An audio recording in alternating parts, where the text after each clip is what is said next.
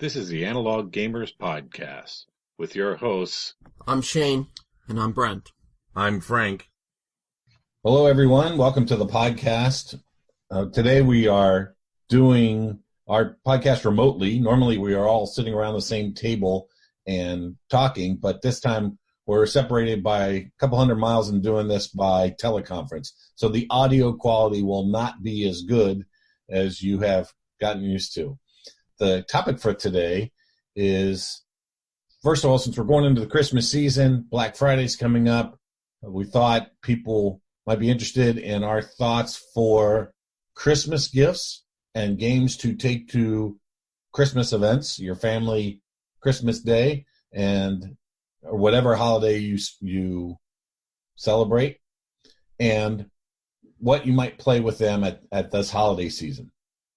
So the first thing we're going to talk about is what game might you take to your holiday celebration to play with your family. Gentlemen, somebody want to volunteer first? Yeah, so for me, a game that I took home last year was Dixit. I think we've talked about this in a previous episode, but Dixit is a game where everybody holds a hand of cards, and each card has a piece of artwork on it or pictures on it. And the leader picks one, and they give a clue. So it can be one word, a sentence, you can sing it. The clue can be pretty flexible. And then everybody else in the group picks a card that they think matches well with that clue, and that everybody else around the table will think goes with the clue. They're all turned in anonymously, mixed up, laid out, and then everybody guesses which one was the original. So this is a game that pretty much anybody can play. I mean, kids can play it through adults. Obviously, you'll have to, adapt the clues that you're giving. One of my issues playing it once with my family was they were giving clues from like the 70s, like 70s pop culture, and I was like, I wasn't alive. I can't understand any of this. And I'm bad at the game to begin with, so that didn't go too well. Yeah, Dixit. It's fairly cheap. There's a lot of expansions to it, so you can add a lot of different pictures and stuff to it as well, and it doesn't take up a lot of table space, which is nice as well. It's a pretty narrow board, not very much space needed on the table. What about you, Brent? So for me, game that I would take home is Sushi Go. Sushi Go is a drafting game. So you start out with each person having a hand of cards. They choose one, and then they pass that to their left or their right, depending on which round you're in. And each person chooses one. They keep passing those hands around. Then the cards you chose are set out, and you build sets from those that then score points. The game is that simple, and the back of the rule sheet, which is a little sheet, has all of the different sets you can build. So the rules are real clear and can be handed out to everyone easily. But it's a game everyone can play quickly, everyone can enjoy without having to think a whole lot or read a whole bunch of rules. Frank, how about you? So I would take Codenames, and for a couple of reasons. First of all, it's a group game. You can play this with probably maxes out around 10 to maybe you could push it further, but it might get a little loud as people want their ideas included in the conversation. Essentially, there are two teams. Each team has a leader called a Codemaster, I believe is the term, and they are giving clues to get people to guess words on a board. Now, the catch is that each team can only score on certain words, and so you're trying to make sure you give clues that will lead people to guess your team's words and not the other team's words, because then they will score points and you will lose your turn. You get to keep going as long as you're guessing correctly. It's fairly simple rules. I've just given you there's some little bits and pieces there I didn't cover, but I gave you about 75% of the rules right in that explanation. Good for a large group. It's make sure you get, the only thing I will add to that is make sure you get code names, not code names after dark, which is not family friendly. It is, I believe, coming out a Disney code names, and that would certainly work and maybe more appealing to the smaller members of the family. Yeah, I also know that I don't know if it's officially published yet, but a lot of people will use actually the Dixit pictures and play a version of Codenames with pictures instead of the words. So there is a Codenames Pictures. Okay, yeah. I forgot about that. Thanks for reminding me. So both of these games sound good, Dixit and Codenames. Get Codenames Pictures, and you can pretty much play both at the same time. There you go. So do any of you have people in your family that you go visit at Christmas time? You know, Brent, you were talking about Sushi Go. And I was thinking, like, if I took that home to play with my mom, she would say, I don't want to play that because I don't like sushi. Which, like, the game has nothing to do with Actual sushi. eating sushi or enjoying sushi. Do either of you have any people in your family that sometimes, like, the theme of the game can kind of make them avoid wanting to play it? I don't know if I have anybody that the theme would actually make them avoid it, or just people who would use that as an excuse to avoid playing. Gotcha. So I would say I'm that way, right? If it's a really dark theme, particularly if it's either disrespectful of any portion of culture, or if it's overly, I don't know, dark from a faith perspective, yeah, then I don't want to play it. So I have some other members of the family who would agree with me on that, but I don't think I have anybody. Pretty much my taste in games thematically would work with anybody in the family if they're going to play. There are some people who are just, I don't want to play a game, and that's it. Gotcha. So for all of you listening, if Brent and I suddenly sound different, it's because we finally got our nice mic to work, and we don't have to use the computer microphone. So thanks for hanging with us through technological difficulties. So go ahead, Frank. Okay, so topic 2. Are we ready to move on? Sure, yeah. So the next category of game we wanted to talk about was what's a 2-player game that you would give as a gift to, say, a newly married couple or empty nesters or somebody to play with in college, to play with their roommate. So it's not necessarily man-womanish.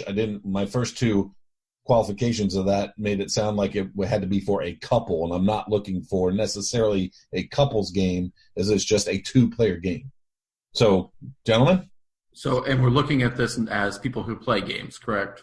Yeah, I would, but But we're not looking then simple games is what I'm getting at. not necessarily simple games. So the game that I would give to someone is Star Realms.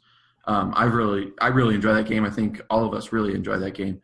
But it's a 2-player game where it's a deck building game. So you have a market out, and you start with a base set of cards that give you some gold and a little bit of hitting power. And you purchase new cards to create combinations as those cycle through your deck to take down the other player or to build up your victory points. Yeah, I really like Star Realms. And I don't even think you need to be a big gamer to play that one.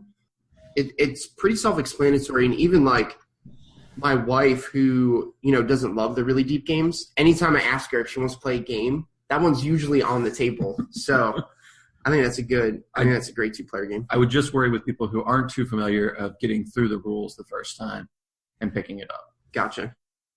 Yeah, so for me, I think a step up from Star Realms, I pick Seven Wonders Duel. And if you're familiar with Seven Wonders at all, it's a drafting game. It's absolutely one of my favorites to play. But the big kind of downfall of Seven Wonders was that their 2-player version really kind of sucked. And so they came out with Seven Wonders Duel, which keeps very much the same feel of the game. So that's a drafting game. You're drafting from a set of face-up and face-down cards on the table that both players can see.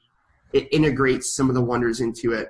So it's just a very well-designed, very clear and clean 2-player game. And that's another one I bought because my wife would play it with me.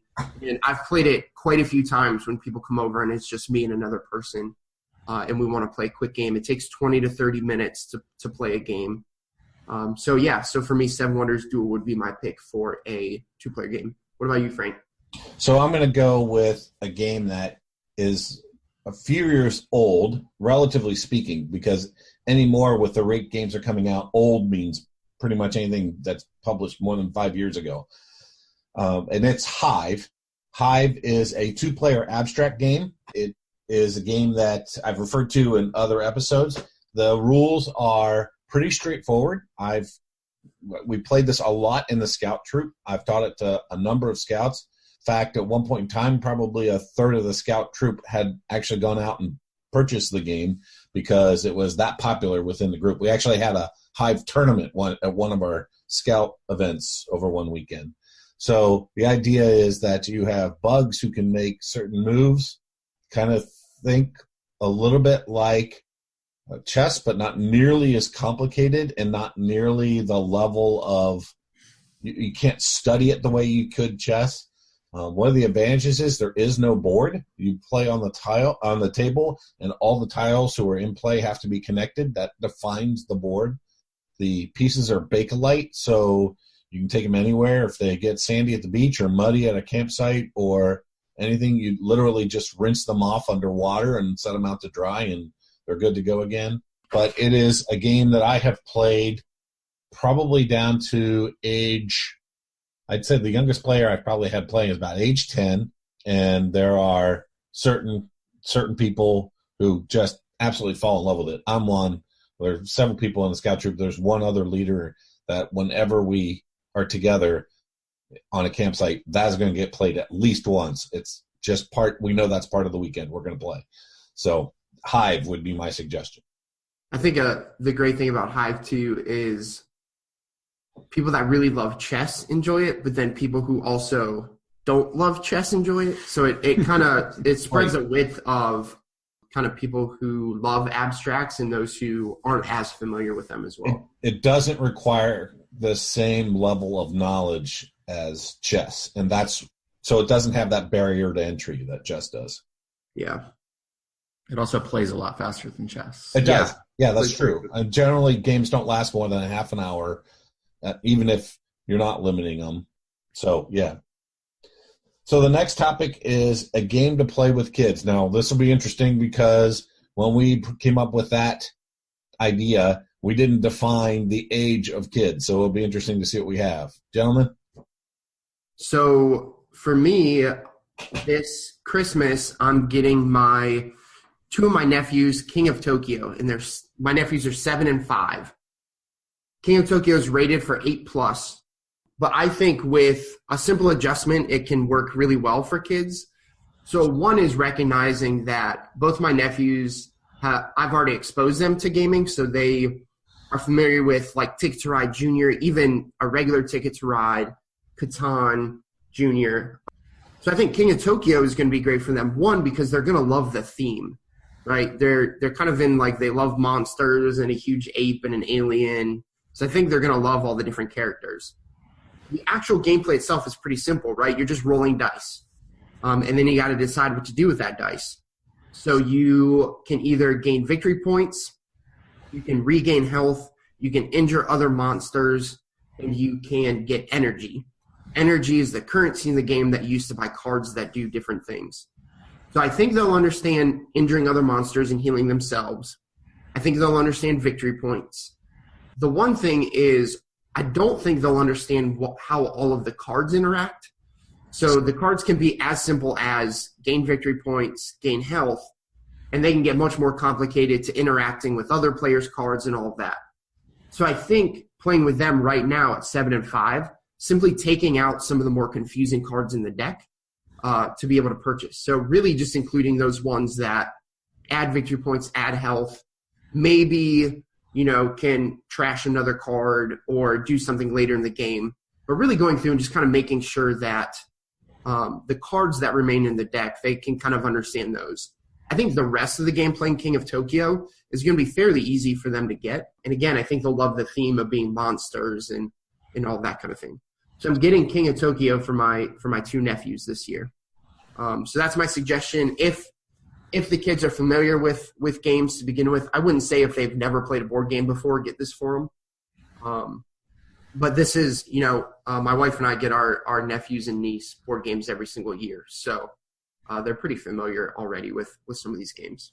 So the danger is if you're looking for this game, avoid King of New York because it adds about 4 different elements to the top of King of Tokyo. Yeah, I would not suggest King of New York. It's its own standalone game, but just watch the names and make sure you're getting Tokyo and not New York. And the other thing I would add to that is Shane talks about removing the more complicated cards. What I would do is there's cards that are labeled keep, which you hold in your hand to play later, and there's cards that are they labeled something that says play instantly, but there's maybe discard or immediate. Yeah, they're labeled. So to get rid of all the keep cards. Yeah, that's a great suggestion. All of the ones that you play immediately tend to be the heal yourself or something like that. Yeah, that's a great suggestion. So my suggestion for kids is a game called Sataku. It's labeled 14 up, but the BGG community labels it 8+. So depending on where you want to go there, the only real worry is there's a whole bunch of dice, so you don't want them to eat the dice. But the whole game involves rolling the dice and stacking them based upon ascending order. The numbers are in Japanese, but it's a quick translation from 1 to 6. They're standard dice, so everyone who's ever rolled a dice before can get that whole idea. It doesn't matter if they actually fall while you're stacking them, so it's not really the dexterity, but the kids get to play with some of that dexterity. And once your kids start multiplication, the scoring system, you can make them multiply themselves, and that starts getting to a little bit of learning as well while you're in there. And it's a push your luck, so they get the idea of, do I continue or do I not, and when do I need to stop? I think it's a great game for younger kids. It's an easy game to learn. It's also fun for them to roll a whole bunch of dice and try to stack those and push their luck. So well, that's a great – I've never seen this game or much less played it, but that sounds like a great description because you're getting them – all games have some learning value to it, but that has some specific things you can point to. Yeah, I think it's a great game. And again, there's not really a board. I mean, there's like a teeny little board that you stack the dice on. Which you don't need. But so realistically, you just need a space to roll dice. So it's an easy game to play on the floor, play on carpet, whatever it is. So I think that's a great one. If you really had to, you could just play with 6-sided dice. You don't need the Japanese dice. Yeah. How many dice would you need? So yeah, just make sure your kids or your spouse or whoever you're afraid might eat dice doesn't eat the dice. How many dice would you need? Oh, great question. 6, 8? No, 12. 12. None of my guesses were correct. So it wouldn't be unreasonable to replace the Japanese die with normal dice. No. You just got to find 12 dice. Yeah, that are the same. What about your kids' pick, Frank? So I'm going to go with Catan Jr. So my niece has a daughter. Yes, I have grandnieces. I'm not old. And she taught me Catan Jr. in kindergarten, first grade. So she was actually able to, and she got 90% of the rules right. There were one or two things. So one of my nephews, this child's uncle, were also playing with us, and he games a lot. And we two of us looked at one specific thing and went, that doesn't make sense, looked it up, and she had that wrong. But 90% of the game she had correct. So if she can teach it at that age, she certainly could get it. So I would go with Catan Jr. And what I would say about age levels in general that are suggested ages on boxes is that highly depends on whether the child plays games or not. You can the number on the box is probably for somebody who has never seen a game before. If they've seen games before, they can go a lot lower. I think War of the Ring was 14 and up, and I had our son playing it at 10, and that's a complex game. You can weigh that some on the child's experience. Yeah, something that I look for too. I think Catan Jr. is a great game. I've gotten it for kids, and like I said, Ticket to Ride Jr. Now that they're kind of getting 7, 8, 9 in those years, I really kind of want to start looking at games that they're not going to grow out of. So like King of Tokyo is a game that they can kind of baseline play now, but in the future we'll be able to continue to play it. So I think that's something to consider too, that as you said, Frank, if your kid has played a lot of games, really start looking at some of those games that they can play long term but might be able to be simplified right now, so that it's a gift that they can keep and doesn't just end up in the on the kid shelf. Yeah, the gift that keeps on giving, as it were. Yeah, that's board games. So the next topic is a gamer's game. So you got somebody in the family that already plays games. What are you going to give them? And we'll assume, for the sake of argument, that that you have knowledge of their collection, so that you you know you're not duplicating something. Because otherwise I would say just get them a gift certificate to Amazon and they can buy their own game. But and if you're not sure if they're a gamer, ask if they have a Board Game Geek account. And if they do, they're a gamer.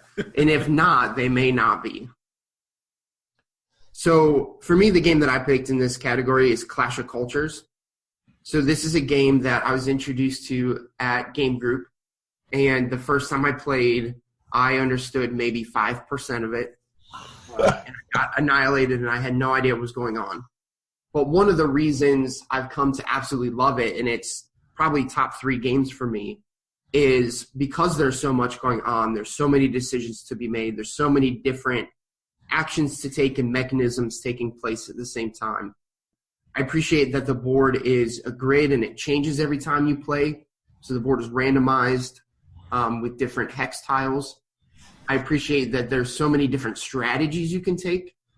So in Clash of Cultures, you're building up your own little civilization on the same board that others are doing it. And you can choose to be completely peaceful and just kind of build up culturally.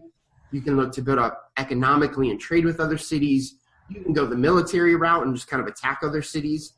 I appreciate that there's an NPC component. So there are barbarians that pop up that might try and attack you if you draw certain cards. So I think Clash of Cultures is just a really well-designed game that has a lot of components. Don't be discouraged if you play it the first time and you're a little confused. It takes a little bit. And on Board Game Geek, they also have one-player variations. And I've played quite a few games, looked up one-player variations, and I can say that they are the hardest and most difficult one-player variations of any game I've ever played. So if you love getting, frustrated and mad at your games, that's another great reason to get this game. So how about you, Frank? What's your pick for a gamer's game? So my pick for a gamer's game is going to be Terraforming Mars. That's a recent print that is – the idea is that you are trying to, obviously, terraform Mars, but the victory conditions are based on how far you push your science, what you do. So what you do to terraform Mars is going to – it's not private. It's if you change the conditions on Mars, it's going to change it for everybody. I have not gotten to play this yet. It is on my Christmas list. Oops, wait, we'll talk about that in a minute. But the part of the reason I'm recommending it, despite that, is it rocketed into the top 10 games on Board Game Geek, and it's one of the, if you look month after month, it's one of the most played games that's registered to Board Game Geek. So I'm recommending it based on its reputation largely. Brent? So for me, I'm recommending Power Grid. It's one of my favorite games that I own, and I love that it's a multi-phase game. So each turn has 5 phases to it as you're playing, and it goes through an auction when you're buying power plants. It goes through buying crude materials to power your power plants, and then building new power plants or building new power supplies throughout different cities. So it has an area control aspect in there too while you're playing it. Comes with a nice big board, a lot of nice pieces, but ultimately the game is about powering the largest network of cities. And it requires you to make some complicated decisions while you're doing it. You got to think about what you're opening up to other people and what you're closing down to other people while you're playing it. So for me as a gamer, I really enjoy that game, and I think it's a good game for other gamers. I think that's an excellent choice. Yeah, I do too. And it's, if there's somebody that's just getting into gaming, I think that's a great game for them too. I've tried to suggest it's a gateway game, but I agree with the other two. It's not. But I do think it's kind of that second step. So if you know somebody who's really into Catan, Ticket to Ride, those kind of gateway games, I think it's a great next step. Whereas Clash of Cultures, and I'm not as familiar with Terraforming Mars, but I think both of those are for, those more experienced players who are underway and have a good collection already. I would agree. So the last topic for this episode is what's on our Christmas list. And this is where you need to bust out pencil and paper and start taking notes, everybody. And Shane's going to go first. So for me, one of the games that's on my Christmas list this year is Gloom. And, Frank said earlier in this podcast that he really doesn't like games with like a dark theme or tone, which is completely what Gloom is. So if you give this for me, Frank's probably not going to play it. No, that's not what I meant, but go ahead. He'll play it with me once and then maybe not. But so the point of Gloom, it's a card game and you have characters. And your goal is to be like the saddest, most gloomy character. So you're playing cards on other characters to make them happy. So things like getting married or getting a puppy, kind of those really great things in life are actually bad things in this game. So it's very kind of like Addams Family-esque in that kind of those gloomy, dark things are celebrated in the game. And not that I'm that type of person, but I think it looks really fun because the theme is so different from other games. There's not a lot of games out there that are darkly themed. And not that this is like you need Defense from the Dark Arts class to play it, but it just seems like a really fun kind of theme, a different twist, right? Because it could have very well been like you're all happy and you're just making each other go through tragedy. But it's kind of fun, like, to make somebody get upset because you got them the cutest dog in the world. So Gloom is on my list. And actually, it's on my Amazon list, and all of the Gloom and all the expansions are on there. So if my mother-in-law is listening, that's what I want off my Amazon list. Brett. All right. So, Frank, you were kind of dropping some hints as to some of the games you wanted. So, Okay, I'll go next. What's yours? So so Terraforming Mars is definitely on my list. The other one I really like, and I think my wife would like this because it's tile laying, is I almost said Terraforming Mars again, is Isle of Skye. It's got a Celtic theme. My son is very into Irish, Scottish kind of lore, and he actually looks Irish most of the time the way he dresses. So, and it's tiling. So I don't really know much about the game, but I think that's one that was one our family would enjoy. And it's in that in-between zone where it's not super simple, but it's not overly complicated. So it hits that kind of in-between area where it would be played in the game group and it would be played at home, and I think that's probably my biggest pick. Brent? So for me, the game I want is actually not released till December 2nd. So right now it's on pre-order. It is out there, but it's an expansion to Hero Realms called The Ruin of Thandar. So Hero Realms, I talked about Star Realms earlier. Hero Realms is almost a re-theme over top of that puts it in a fantasy, a mythical fantasy scenario as well. It ups the player count to 4 over 2. But the Ruins of Thandar is a cooperative campaign that then you can play over top of that. So you have the system playing against 2 to 4 players there. And I'm hoping it has 3 different missions in it. I'm hoping that the way that it works out, it also looks something like the Pathfinder card game, but with a lot less investment into it. So I'm looking to see that one on my under the tree, one of the places somewhere this Christmas.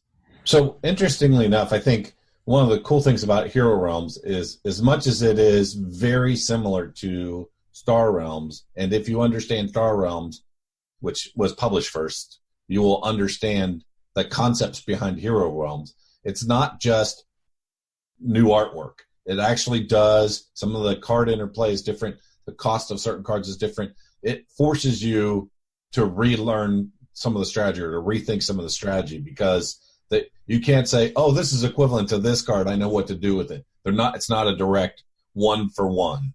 And I actually appreciate that because they're different. I'm sorry, Brent, I didn't hear you. They created a new game when they did it, so that's really nice. Yes. So that's our Christmas thoughts, our holiday thoughts. Hopefully you will have a great holiday season, regardless of the holidays that you celebrate. We ask that you find another person to listen to our podcast as things go on. And in our next podcast, we'll return to our regularly scheduled programming. Thanks, and have happy holidays, good Thanksgiving, and the rest of your holidays. Hope they're wonderful. This is Frank with a quick programming note before we go. First of all, we'd like to thank you for listening to the podcast Hopefully you have had as much fun listening to us as we have had producing it. Secondly, I wanted to remind everyone that we are approaching the end of our first season. In fact, the last episode will drop the Wednesday before Thanksgiving. After that, we will take the month of December off and then come back to you at the beginning of the new year. Thanks again. This has been the Analog Gamers Podcast. You can find us at theanaloggamers.libsyn.com. You can email us at theanaloggamers@gmail.com or find us on Facebook as The Analog Gamers. The Analog Gamers Podcast is licensed under Attribution, No Commercial, Non-Derivative, Creative Commons 3.0 license.